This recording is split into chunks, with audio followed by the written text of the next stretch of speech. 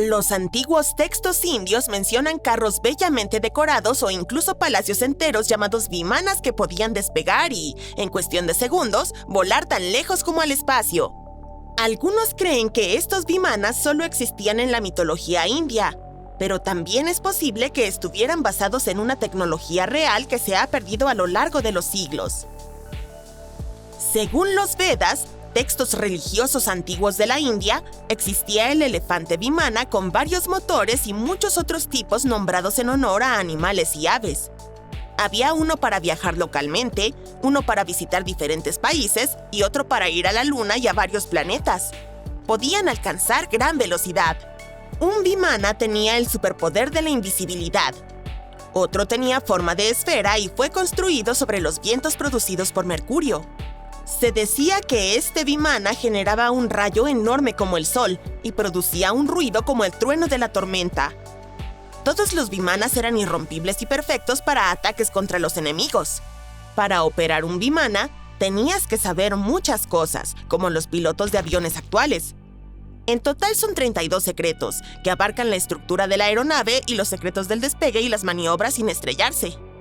También se esperaba que el piloto supiera cómo ser visto y no visto, cómo ocultarse, cómo ser rápido, cómo gestionar contracciones y expansiones y muchos otros trucos. Para esconder la máquina voladora de los enemigos, se instruía al piloto para que se moviera a la octava capa atmosférica sobre la Tierra y usara el poder de los rayos solares oscuros. Esta instrucción podría sonar un poco extraña, pero había otras, más realistas, que todavía tienen sentido en la aeronáutica moderna. Existen secciones de textos antiguos sobre los vimanas que se centran en detalles como rutas de vuelo, entrenamiento, navegación e incluso ropa adecuada para los pilotos y comida recomendada para vuelos largos. También había muchos detalles técnicos sobre el uso de metales que absorbieran calor y los puntos de fusión. Los defensores de la teoría de que los vimanas eran más que mitos están seguros de que los antiguos indios no entrarían en todos estos detalles solo para contar una historia bonita. Así que los palacios voladores podrían haber sido reales y muy adelantados a su tiempo, al igual que muchos otros grandes inventos indios. De regreso al siglo VI a.C., un médico indio llamado Sushruta básicamente escribió la guía original de medicina y cirugía. Incluso lo llamaron el padre de la cirugía por su trabajo. Sushruta detalló cientos de plantas medicinales y describió procedimientos quirúrgicos complejos. Proporcionó instrucciones para la reconstrucción de narices y trasplantes de piel de una parte del cuerpo a otra.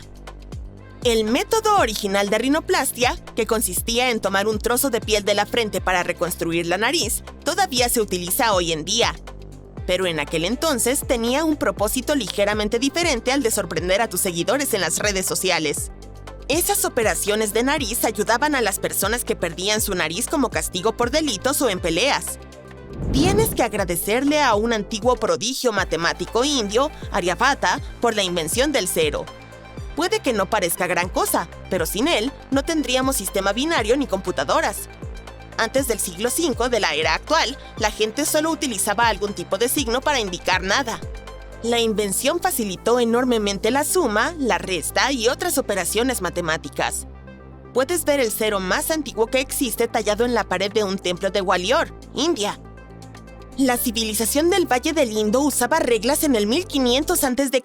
e incluso antes. Hechas de marfil, estas reglas fueron encontradas durante excavaciones en lo que hoy es Pakistán y el noroeste de India. Eran ampliamente utilizadas en la arquitectura con notable precisión. Tenían unidades que correspondían a poco más de 3 centímetros y estaban marcadas con subdivisiones muy precisas. La siguiente invención es más un concepto que un objeto físico. La estandarización consiste en establecer reglas basadas en un grupo de personas, cosas o intereses. Una de sus aplicaciones geniales a las que todos nos hemos acostumbrado son los pesos estandarizados. Ya sea que estés usando libras o kilogramos, necesitas estas medidas universales para el peso, ¿verdad? Por esto, debemos un gran agradecimiento a los comerciantes de la civilización del Valle del Indo que vivieron hace unos 4000 años. Medían todo, desde granos de alimentos hasta lujosos bienes utilizando estos pesos estandarizados. Y sus pesos funcionaban con sistemas matemáticos decimales y binarios. No contaban con equipos de alta tecnología, pero lograban una precisión notable utilizando cálculos complejos e incluso arena. Su arte de estandarización llegó a Persia y Asia Central y se convirtió en el estándar global para la medición de pesos. Si el yoga es tu ejercicio preferido, definitivamente tienes una razón personal para apreciar a los antiguos genios indios. Hace más de 5.000 años, durante el dominio de la civilización del Indo-Sarasvati en el norte de la India, el yoga se mencionó por primera vez en los Vedas. El yoga fue refinado y moldeado a lo largo de los siglos hasta convertirse en una enseñanza gigantesca con más de 200 escritos sagrados dedicados a este camino para obtener la iluminación. Al comienzo de la era actual, el yoga tomó una nueva dirección gracias a un escritor hindú, Patanjali, que estableció un sistema de yoga en su texto, los Yoga Sutras. Se convirtió en un método de rejuvenecimiento total del cuerpo, una práctica que prolonga la vida con posturas que aún se realizan en el tapete hoy en día. El yoga llegó al mundo occidental recién en el siglo XIX y se popularizó rápidamente.